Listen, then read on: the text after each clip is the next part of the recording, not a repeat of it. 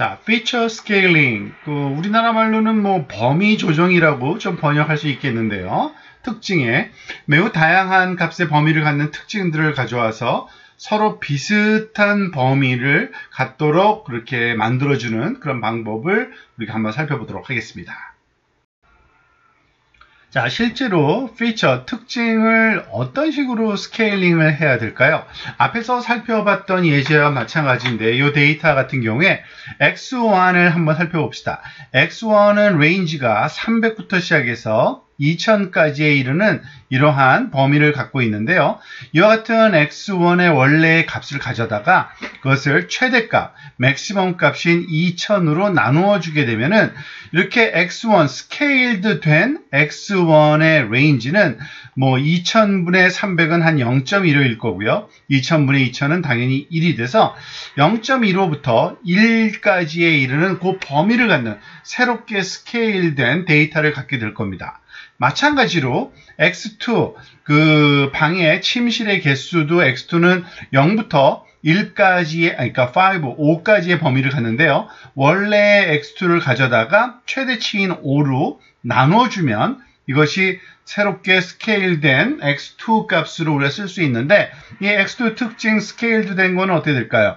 0 나누기 5는 0이고요. 그리고 5 나누기 5는 1 돼서 0부터 1까지의 그 범위를 갖는 그러한 특징으로 바뀌게 됩니다. 이렇게 스케일된 데이터를 다시 한번 그 분산 플롯을 그리면 이와 같겠죠. 즉 사이즈를 나타내던 X1 스케일된 것도 0과 1 사이의 값이고요. 그리고 베드룸을 나타낸 개수를 나타내는 X2도 스케일 된다면 0부터 1까지 나타내는 이와 같이 0과 1 사이에 X1, X2 모두 같은 그 분포를, 비슷한 분포를 갖는 그런 데이터로 변하게 됩니다. 최대값으로 나눠주는 그 방법 외에도 mean normalization, 우리나라 말로는 뭐 평균 정규화라고 우리가 한번 불러볼 수 있을 것 같아요. 평균 정규화.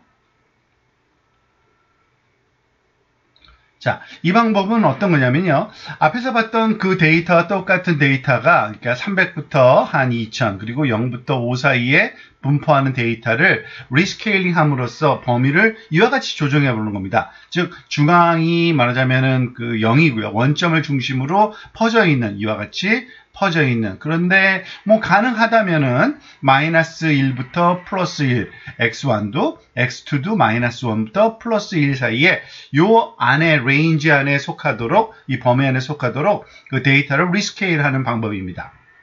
자, 이러기 위해서는 먼저 평균을 먼저 구해야 됩니다. 보통 mean 대신에 average라는 용어를 쓰기도 하는데 똑같은 용어이고요. 지금 우리가 사용하고자 하는 목적에서는요.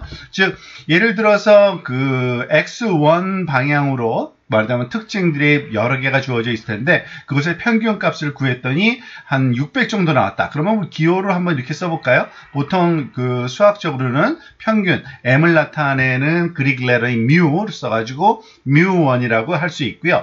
이와 같이 평균을 구하고 난 다음에는 원래 주어져 있는 x1을 그대로 쓰는 것이 아니라 x1 빼기 mu1 평균으로 빼주고요. 그 다음에 나눠주는 거는 이제 그 레인지로 나눠주는 것이 좀 범주로 그러니까 그 영역으로 나눠주는 게 좋은데 그래서 맥시멈 값이 2000이고 그 미니멈 값이 300이니까 2000에서 300을 뺀 요 값으로 나누어 주게 됩니다. 그러면은 이제 새로운 x1 스케일드 값이 얻어지게 되죠. 그 x1 스케일드 값은 마이너스 0.18부터 0.8이라는 이런 레인지 안에 속하고요. 아까 우리가 계획 세웠던 마이너스 1과 플러스 1 사이에 어딘가에 존재하는 값으로 나타나게 되겠죠. 마찬가지로 X2도 마찬가지입니다. X2도 X2에 속한 데이터들을 다 평균을 그러니까 합해서 개수로 나눠서 평균을 뭐 mu를 구했는데 mu2가 2.3이라는 값이 한번 구해졌다고 가정을 한번 해보겠습니다. 그러면은 원래 주어진 특징 X2 값을 가져다가 평균 mu2로 빼주고요. 여기서도 max 빼기 min인 5 빼기 0을 우리가 나눠주고, 그래서 스케일된 x2 스케일된 버전은 아마 계산을 해보면 마이너스 0.46부터 0.54, 즉 아까 우리가 계획한 대로 마이너스 1과 플러스 1 사이, 여기서는 그 사이 중간 어딘가 되겠죠. 거기에 해당되는 비슷한 x1과 x2가 비슷한 레인지 범위에 속하는 데이터로 다시 말하자면은 그 조정이 된 그런 데이터를 얻게 됩니다. 자, 피처 리스케일링 하는 방법 중에 마지막 한 가지 더 살펴보면 G-score normalization이라는 G 점수 정규화 이렇게 번역할 수 있겠는데요. 이런 방법론이 있습니다. 여기서는 표준 편차를 씁니다. Standard deviation, 보통 우리가 표준 편차를 나타낼 땐 그릭 레터 시그마 이런 기호를 쓰는데요. 우리가 여러분들은 아마 생각에 기억이 날지는 모르겠지만 자연 상태에 존재하는 대부분의 데이터들의 분포를 나타낼 때 이와 같은 노멀 디스트리뷰션이라 그래서 이와 같은 퍼진 정도를 나타내고, 가장 많이 나타나는 곳을 우리가 평균값이라고 하고, 이 평균값의 그 주변에 거의 60% 이상인가요? 70% 이상의 데이터가 분포하는 영역을 이렇게 잡아서 그거를 스탠다드 디비에이션, 표준 편차라고 요 너비를 우리가 표현합니다. 보통 시그마를 쓰기 때문에 우리가 1번 그 x1이라는 우리가 첫 번째 특징의 평균을 mu1이라고 우리가 해서 계산이 해보니까 6배 정도 나왔던데요. 만약에 표준 편차가 여기서 시그마 1이라고 또 이제 표현해 볼까요?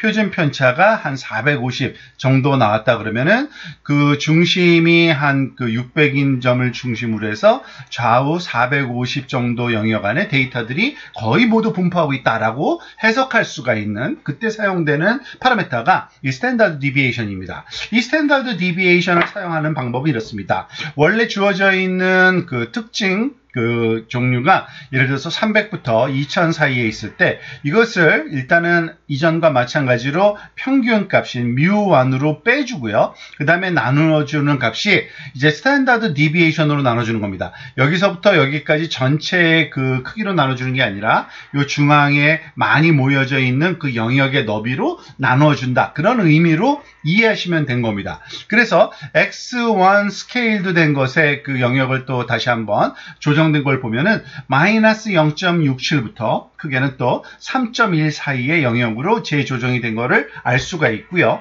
마찬가지로 똑같이 x2도 마찬가지죠. 평균을 먼저 구해서 평균 mu2를 빼주고 그 다음에 여기서 그 시그마를 또 구해야 됩니다. 즉 그 표준 편차 시그마 2는 한 1.4가 계산돼서 통계학적인 말하자면은 그 계산식이 있으니까요. 그 표준 편차를 구했더니 1.4가 나왔다 그러면은 나누기 시그마 2 1.4를 해주면 이 x2 스케일드 된 값은 이전과 또 다르게 좀 약간 변형된 그러한 범위를 갖겠죠. 마이너스 1.6부터 플러스 1.9까지.